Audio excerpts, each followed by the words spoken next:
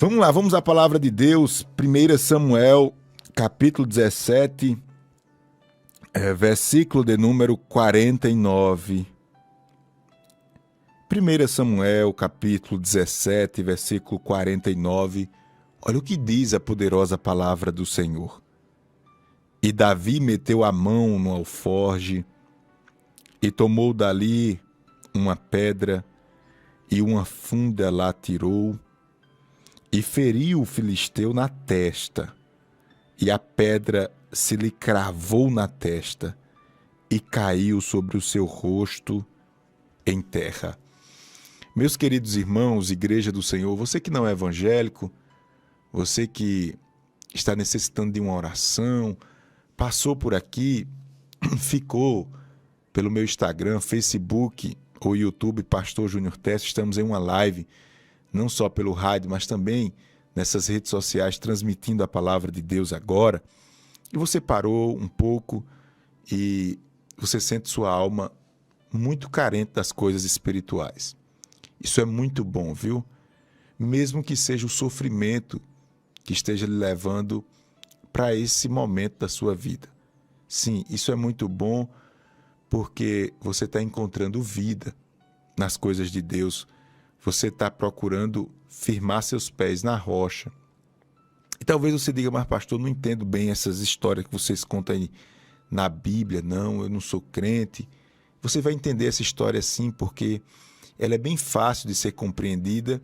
E você que já tem qualquer conhecimento bíblico, você vai lembrar, porque ela é uma das histórias mais conhecidas na Bíblia, junto com o Salmo 23, que diz, o Senhor é meu pastor e nada me faltará, com a história do filho pródigo também, é outra história bem conhecida na Bíblia. Pois bem, hoje eu quero falar sobre a história do gigante Golias. O gigante Golias, ele representava o próprio inimigo diante do povo de Deus. E talvez você não preste bem atenção, mas o inimigo das nossas almas, ele é real. Isso mesmo. O inimigo das nossas almas, o diabo, que o nome dele não é diabo, diabo é como se fosse uma atividade dele. A palavra diabo fala de destruidor, aquele que inverte os valores. Pois bem, o diabo, ele é real e ele tem uma grande intenção de fazer com que ou você tudo veja a ação dele ou você simplesmente negligencie ele. Aí está um grande objetivo do diabo. Ou o diabo quer que você tudo é o diabo. E tem gente que é assim. Vê o diabo, é o diabo, foi o diabo, o diabo. Tá, tudo é o diabo. Isso é um prato cheio para ele. E tem outras pessoas que não. Esse negócio desses crentes, desse povo, dessa raia aí, é o diabo, porque o diabo também não é assim não. Ou seja, o diabo, ele trabalha nesses dois extremos. Ou você nega ele completamente, ou você tudo é o diabo. Cuidado. Pois bem, voltando aqui para essa ação destruidora, esse homem, um gigante de quase 3 metros, ou há quem defenda que tinha mais de 3 metros, chamado Golias, ele estava, enquanto homem e guerreiro, na posição do diabo diante de uma nação inteira. Esse homem estava amedrontando um povo, amedrontando um exército por vários dias. E ali estava um impasse. O rei estava ali sem saber o que fazer, porque ele precisava vencer aquela guerra. Mas quem teria coragem de enfrentar um homem tão valente? Quando eu reforço aqui, falando sobre a ação destruidora do inimigo sobre as nossas vidas e esse aperreio todo diante desse obstáculo chamado gigante Golias, eu lembro a você que Golias aqui não era só um homem forte e um homem que podia destruir, entre aspas, qualquer outro homem. Mas a história de Golias se confunde com uma história de muitas lutas e de muitas batalhas anteriores. Isto é, Quando Davi olhava para Golias, Davi era aquele jovem que daqui a pouco vai decidir enfrentar Golias. Quando Davi olhava para Golias, Davi não via, como falei, não só um homem forte, mas Davi via uma história para trás. Davi, ele via que os avós dele tinham lutado contra os avós do gigante. Ele via que os pais dele tinham lutado contra os pais do gigante. E aqui, irmãos, eu trago um ponto importante nessa mensagem. Veja bem, tem coisas na nossa vida que nos deixa desestimulados, porque é uma guerra tão antiga. Não sei se acontece isso com você. Eu não sei se acontece isso com você, mas acontece comigo. Tem algumas lutas na minha vida que a gente parece que já prevê o resultado. A gente diz, mas pastor, de novo eu estou nesse aperreio. De novo a gente está passando essa vergonha. De novo a gente está, mais uma vez, aqui prostrado diante disso. Eu estou cansado. Pronto. O sentimento de Davi era esse. O sentimento de Davi era justamente esse. Era algo que não foi resolvido lá atrás. É algo que não foi colocado um ponto final. E esse negócio veio se multiplicando de tal forma que hoje a gente tem um problema real aqui. Olha no que deu, pastor Júnior. Pronto. Davi estava dizendo, em outras palavras, diante do gigante Golias, mais ou menos isso. Tá vendo? Olha só o que deu. Olha o que deu essa história mal contada, ou melhor, essa história mal resolvida. Olha só o que deu. Aqui nós estamos agora num beco sem saída. Como é? Vai se render e ser escravo do gigante Golias e do seu povo? Ou nós vamos enfrentar? Deixa eu tomar um pouquinho de água aqui. E aí, Davi, ele se propõe a enfrentar esse tal gigante, que, repito, representa o inimigo das nossas vidas. Aquele que veio matar, roubar e destruir. Golias representa uma história mal resolvida, algo pendente que a gente deixou para lá e se transformou em uma montanha de problemas. Eu vou enfrentar. Quando Davi ele decide enfrentar, a gente vê que Deus, veja bem, Deus, ele honra, guarde isso aqui. Você que está chegando agora, estamos ao vivo, através da Rádio Novos de Paz, outras pessoas vão ouvir essa mensagem depois no meu canal no YouTube, mas olha só o que eu estou dizendo aqui. Deus sempre vai honrar a sua coragem. Eu vou repetir isso daqui porque eu sinto que isso daqui arrebenta com o inferno. Deus sempre vai honrar a sua coragem. Quem entendeu diz amém. Deus sempre vai honrar a sua coragem.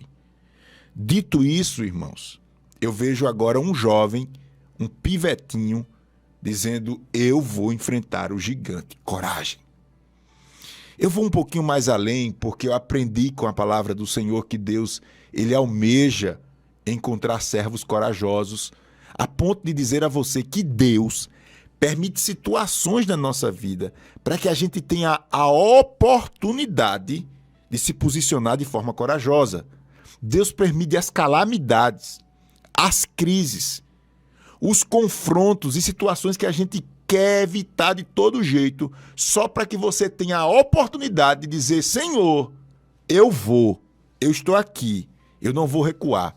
Do outro lado, irmãos, a covardia é o pior sentimento que alguém pode ter espiritualmente falando. Infelizmente, nós temos atitudes covardes. Você lembra lá de Gideão? Não foi Gideão, não foi? Você lembra dessa passagem bíblica? Muito parecida aqui com esse confronto travado entre Davi e o gigante Golias, porque Gideão estava também diante de um confronto de um exército gigantesco. E com ele estavam alguns homens, mas Deus disse a Gideão, Gideão, diga aos covardes e medrosos que voltem. Deus estava dizendo a Gideão para fazer uma limpeza no seu exército. E, em outras palavras, Deus estava dizendo assim: medrosos e covardes, no caso aqui a gente está falando dos covardes, desapareçam.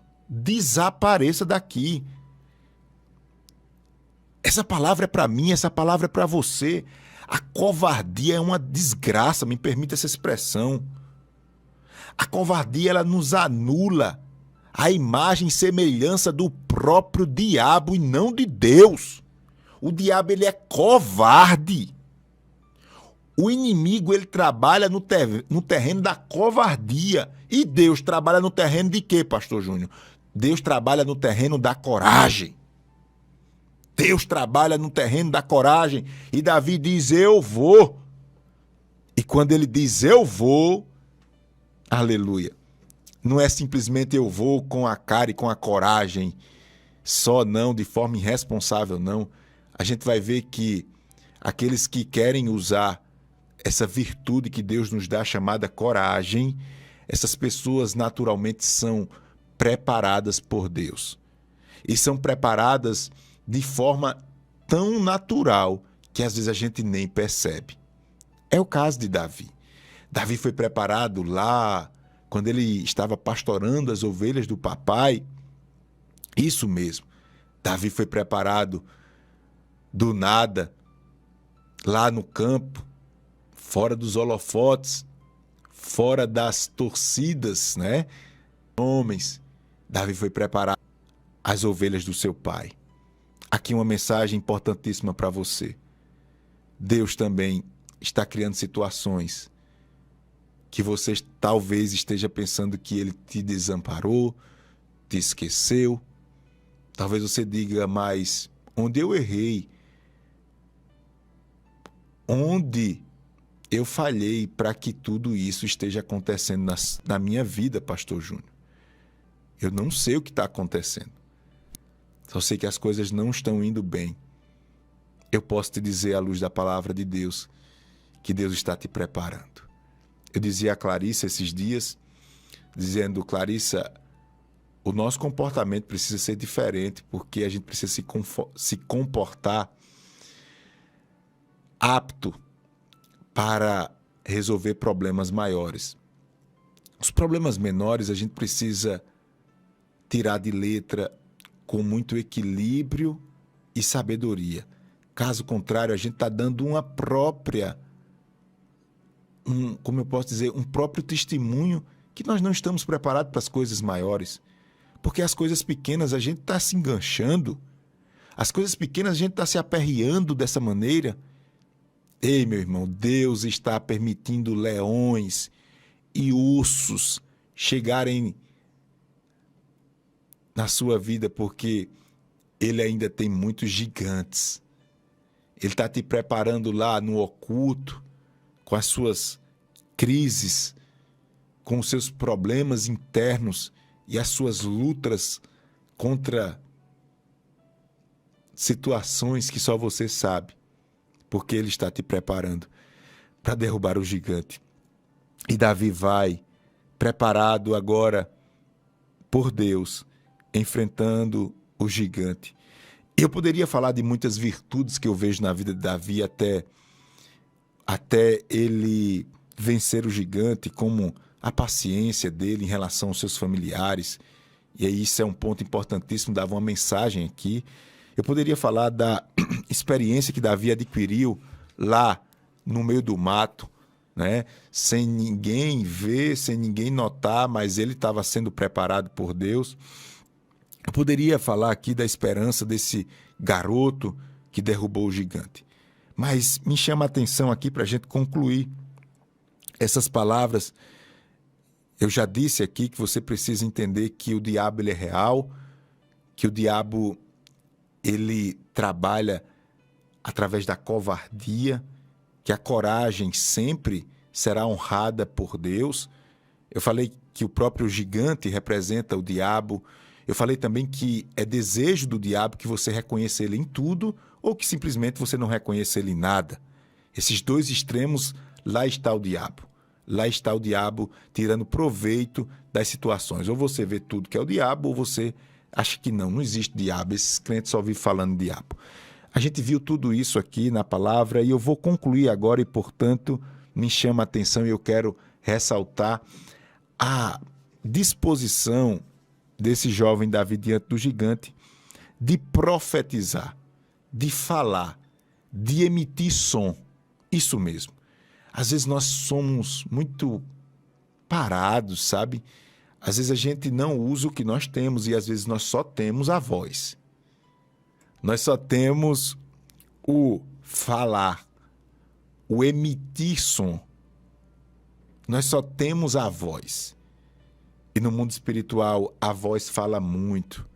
Talvez você diga, mas pastor, como eu vou dar um grito de vitória se eu me sinto um derrotado? Pastor, não, pastor, como é que eu vou declarar algo que eu não estou sentindo? Deixa eu lhe falar uma coisa. As palavras têm poder. As palavras têm sim poder. E você precisa entender isso. Se você quer derrubar o gigante, você precisa entender que suas palavras têm muito e muito poder. Não são simplesmente jogos de letrinhas ou frase de impressão, não, de positivas, não. A própria palavra do Senhor diz que a boca fala aquilo que o coração está cheio. Ou seja, você vai falar porque o seu coração está cheio de vontade de vencer. Você vai se alegrar porque você sabe que a alegria do Senhor é a sua força, que se você parar e olhar para o lado, você vai deixar essa angústia tomar conta da sua vida e você vai para a destruição. Você sabe tudo isso. E isso é poder de Deus. Esse poder precisa ser expresso através das suas palavras. Você precisa dizer que hoje o seu dia vai ser abençoado. Você precisa dizer que hoje você terá experiências com Deus. Que hoje você vai vencer aquele pecado que você não venceu ontem. Que hoje você vai abraçar e perdoar os seus inimigos, coisa que você não conseguiu fazer ontem. Dá para entender? E você precisa falar isso.